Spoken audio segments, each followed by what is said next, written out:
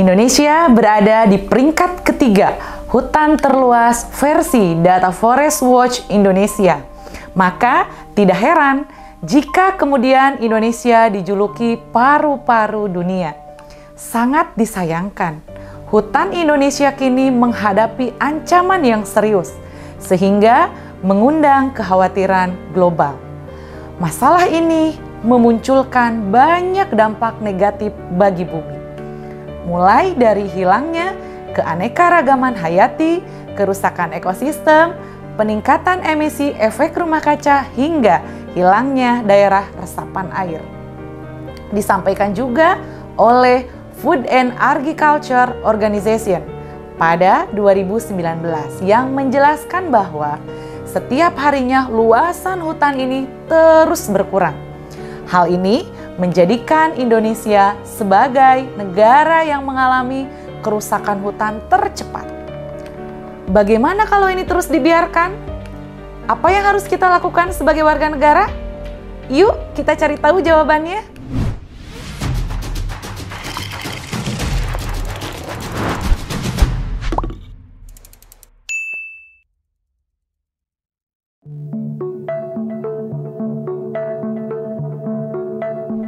Kerusakan lingkungan hidup di Indonesia semakin hari kian parah.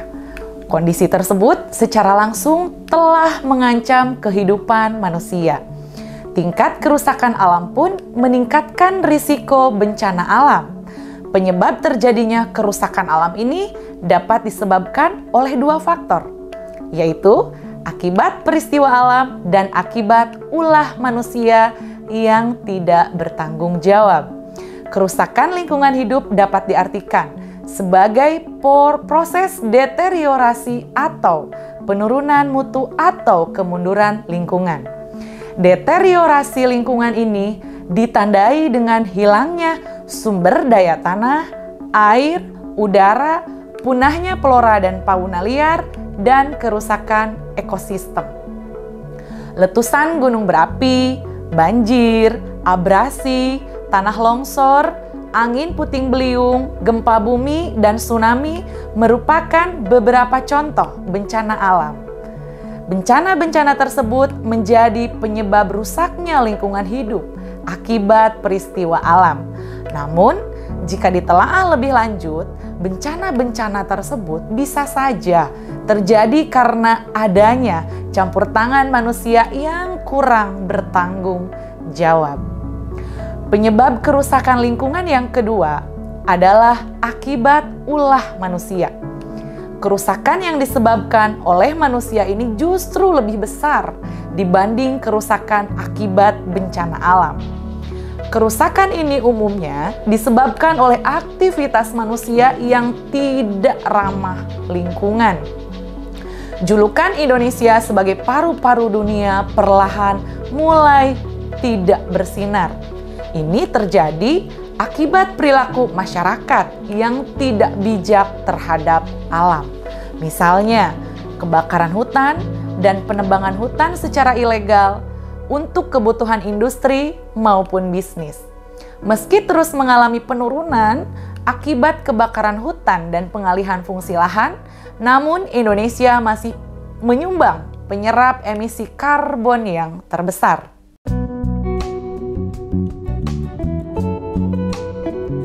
Dikutip dari data Kementerian Lingkungan Hidup tahun 2020, beberapa fakta terkait tingginya kerusakan lingkungan di Indonesia antara lain: 1. Laju deforestasi mencapai 1,8 juta hektar per tahun yang mengakibatkan 21% dari 133 juta hektar hutan di Indonesia hilang. Hilangnya hutan menyebabkan penurunan kualitas lingkungan, meningkatkan peristiwa bencana alam, dan terancamnya kelestarian flora dan fauna. Kedua, 30% dari 2,5 juta hektar terumbu karang di Indonesia mengalami kerusakan. Kerusakan terumbu karang meningkatkan resiko bencana terhadap daerah pesisir, mengancam keanekaragaman hayati laut, dan menurunkan produksi perikanan laut. 3. Tingginya pencemaran udara, air, tanah, dan laut di Indonesia. Bahkan, pada 2010, Sungai Citarum pernah dinobatkan sebagai sungai paling tercemar di dunia. World Bank juga menempatkan Jakarta sebagai kota dengan polutan tertinggi ketiga setelah Beijing, New Delhi, dan Mexico City. 4. Ratusan tumbuhan dan hewan Indonesia yang langka terancam punah.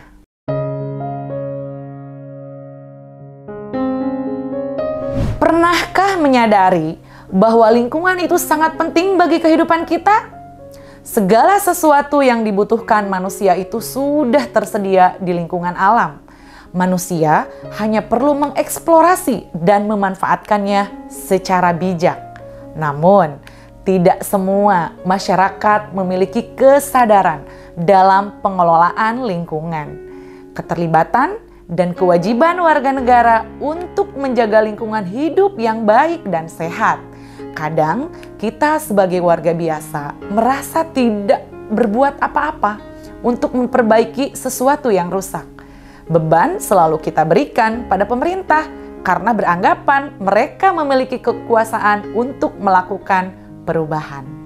Padahal nyatanya tidak selalu demikian. Kebakaran dan juga penebangan hutan secara ilegal memang tidak dapat berbuat banyak untuk memperbaikinya secara langsung. Namun, itu bukan berarti tidak ada hal yang bisa kita lakukan untuk berpartisipasi menjaga kelestarian hutan Indonesia. Kita bisa melakukan penghematan penggunaan energi, mulai menjaga kelestarian tanaman di sekitar, dan juga tanamkan kecintaan pada alam kepada orang-orang terdekat. Alam dan lingkungan menjadi tempat tinggal dan hidup manusia. Kondisi lingkungan akan berpengaruh langsung terhadap kondisi manusia. Karena itu, sudah selayaknya kita menjaga bumi satu-satunya ini dari kerusakan lingkungan.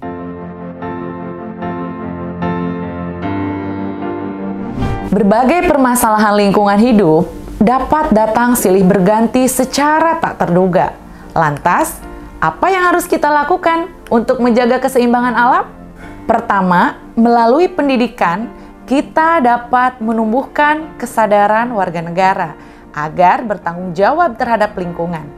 Kedua, kita harus memiliki sikap peduli terhadap lingkungan.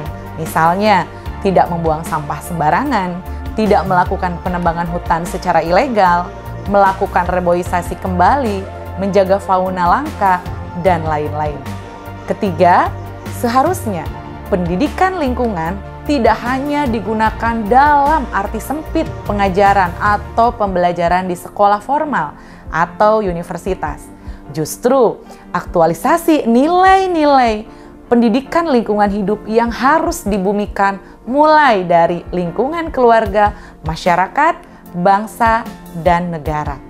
Lebih luas lagi, sosialisasi kepada masyarakat terutama mengajak kaum muda melalui media, keluarga, dan tempat ibadah tentang pentingnya lingkungan hidup bagi kita. Para mahasiswa yang budiman, penguatan pendidikan karakter peduli lingkungan sangat diperlukan dalam pendidikan formal maupun non-formal, guna mewujudkan masyarakat berakhlak mulia, bermoral, beretika, berbudaya, dan beradab, berdasarkan falsafah nilai-nilai Pancasila. Kalau bukan kita yang menjaga lingkungan, lantas siapa lagi? Ayo, kembalikan Indonesia sebagai paru-paru dunia. Semoga bangsa Indonesia dan dunia tetap baik-baik saja. Lingkungan terpelihara dan kehidupan menjadi sejahtera. Demi generasi penerus bangsa yang lebih bahagia.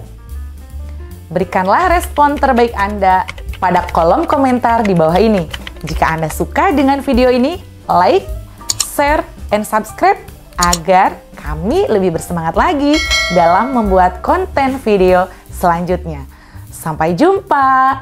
Salam ramah lingkungan. Wassalamualaikum warahmatullahi wabarakatuh.